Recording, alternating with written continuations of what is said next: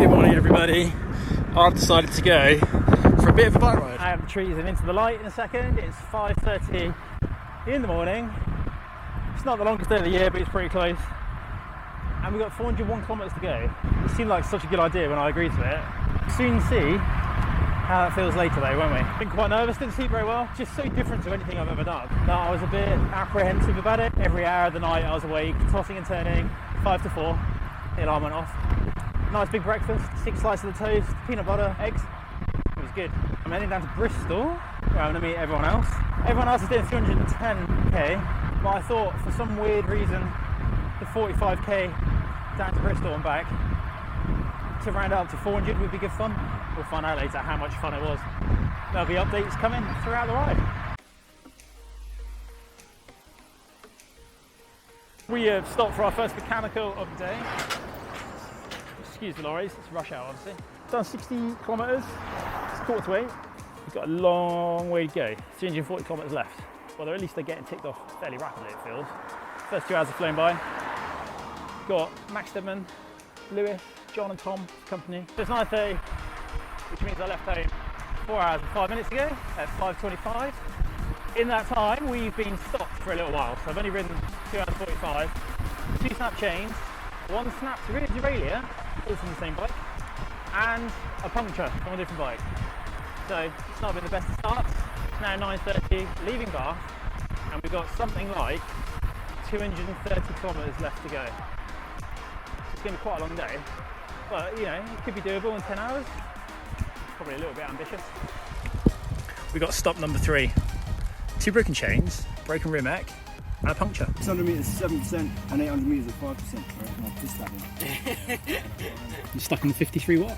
15. 53.15. But when I first met you, when I was a little kid, you used to ride everywhere in that gear anyway, so you'll be fine. Exactly. John's now secreted all of his sealant all over everyone else. He's decided to change the tube. Pace has picked up a little bit to make up for lost time. And I got Lewis and John at the front, Max and Tom in front of myself. So Tom designed the route. It's a really good route actually. We've got some nice flat roads now, and whilst it's a little bit cross headwind, that does mean we'll have a cross tailwind on the way home, and that'll be nice and fast. Hopefully, all of the issues are out of the way now, and we can make up for a little bit of lost time. We lost just over an hour and a half, roughly. Now 11 o'clock, and I've done 4 hours and 5 minutes, and just over 120 kilometres. So we're going to end up with 12 kilometres extra.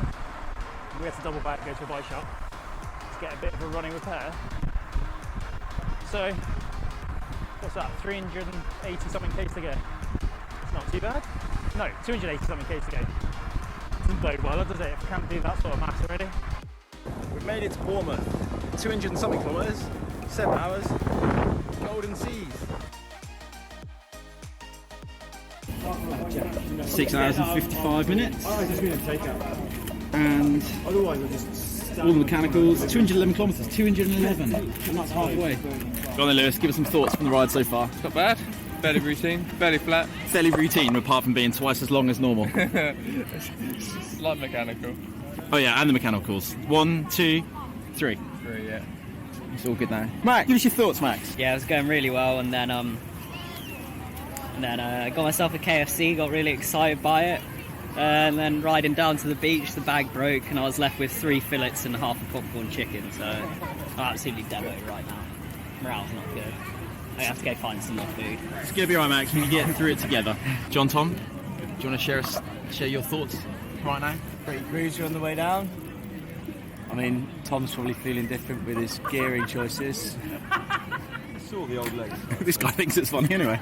Yeah, he likes it. Tom's stuck in 53, 14, 15? 15. So it's fine actually. Spinning out most of the time. Normal cadence is 60. What speed? No, actually, my normal cadence is 76 average. Right, so you're not a million miles off. Nah, so actually fine.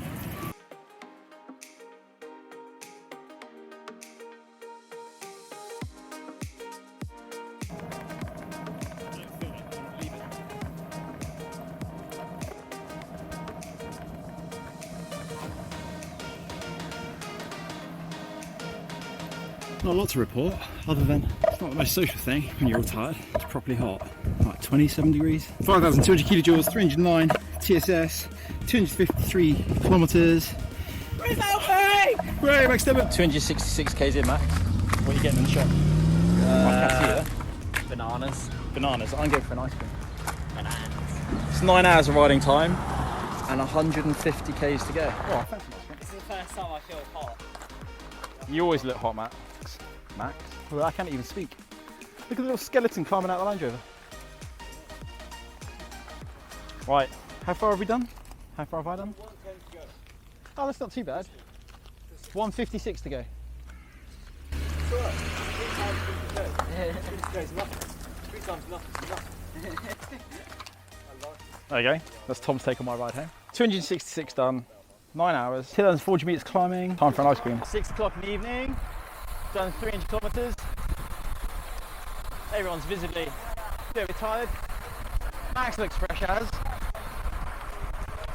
And in 200 metres time, we'll finally surpass the 300 kilometre mark, which is a bit of a landmark, I would say. The next obvious goal is 320 to 200 miles, roughly. And then the final one, the last 50 miles to get home. It doesn't sound like that much fun right now. It's good, we've got a nice tailwind. What more do you need?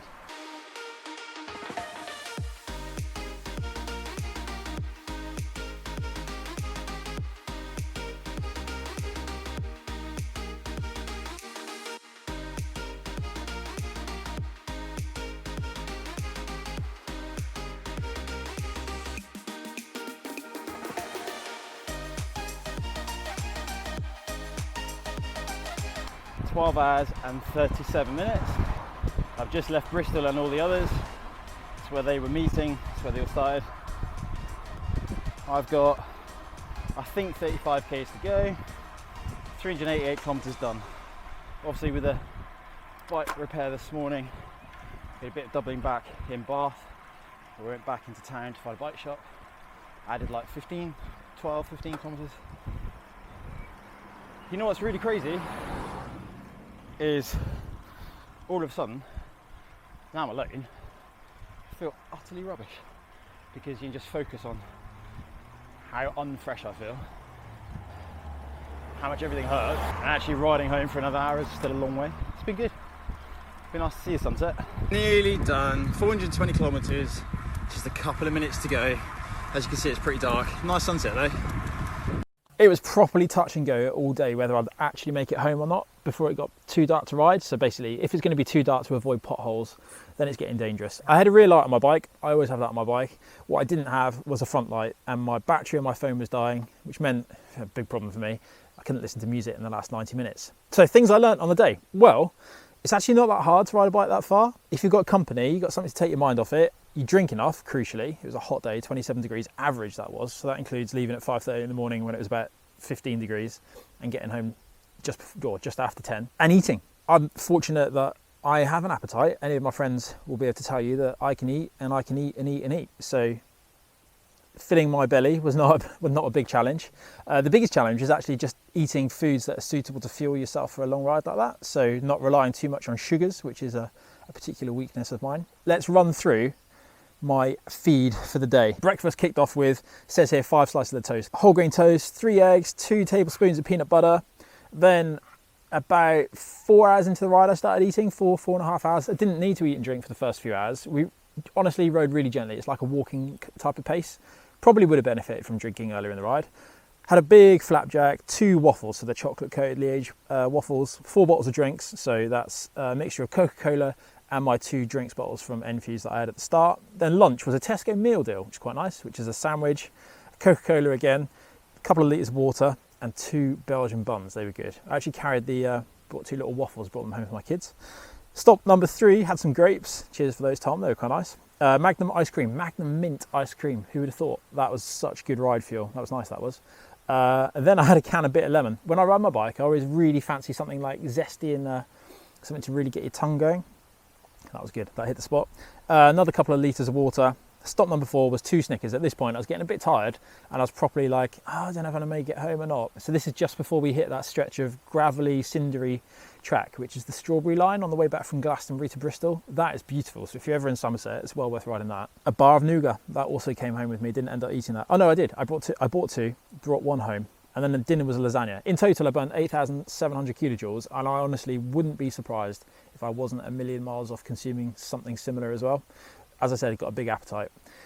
Things that I was surprised about from the day were, it's not dissimilar to driving for 16 hours. That's kind of the feeling. See, we're riding at such a low intensity a lot of the time that you're not really exerting your body that much. It is like going for a really, really long walk. Every now and again with a big steep scramble up a climb perhaps, if you want to try and associate with something that most of us do more often. It wasn't hard until I rode home on my own. And as I said in the video just a second ago, all of a sudden then it really hits you, and you're riding along, you're like, oh, I've got no energy.